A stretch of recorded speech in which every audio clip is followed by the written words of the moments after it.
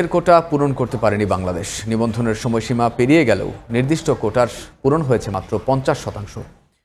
হজযাত্রী বাড়াতে সুষ্ঠু ব্যবস্থাপনা সহ বিমান ভাড়া কমানোর দাবি এজেন্সিগুলোর। আর ধর্মমন্ত্রী বলছেন, সৌদি আরব সম্মতি দিলে বাড়ানো হবে নিবন্ধনের সময়।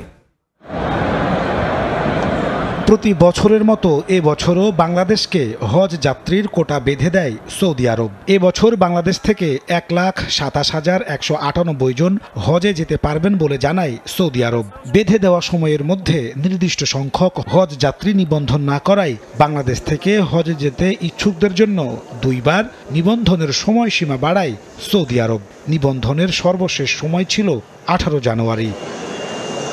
ধর্ম মন্ত্রণালয়ের হজ ব্যবস্থাপনা বিভাগের তথ্য বলছে, এবছর নিবন্ধন করেছে মাত্র 53,000।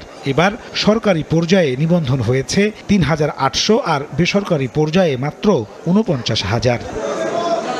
এই অবস্থায় নিবন্ধনের সময়সীমা বাড়াতে সৌদি সরকারের সঙ্গে যোগাযোগের পরামর্শ হজ এজেন্সিগুলোর। তারা বলছে, যদি হজের নির্দিষ্ট কোটা পূরণ করতে ব্যর্থ হয় তবে ভবিষ্যতে সংকটে পড়বে বাংলাদেশ। প্যাকেজের কস্ট রিডিউস করা, আমি মনে করি যদি কোনো সুযোগ থাকে সেটা দেখা উচিত। এক্ষেত্রে আমি সবসময় বলে আসছি যে বিমান ভাড়া কমানো উচিত।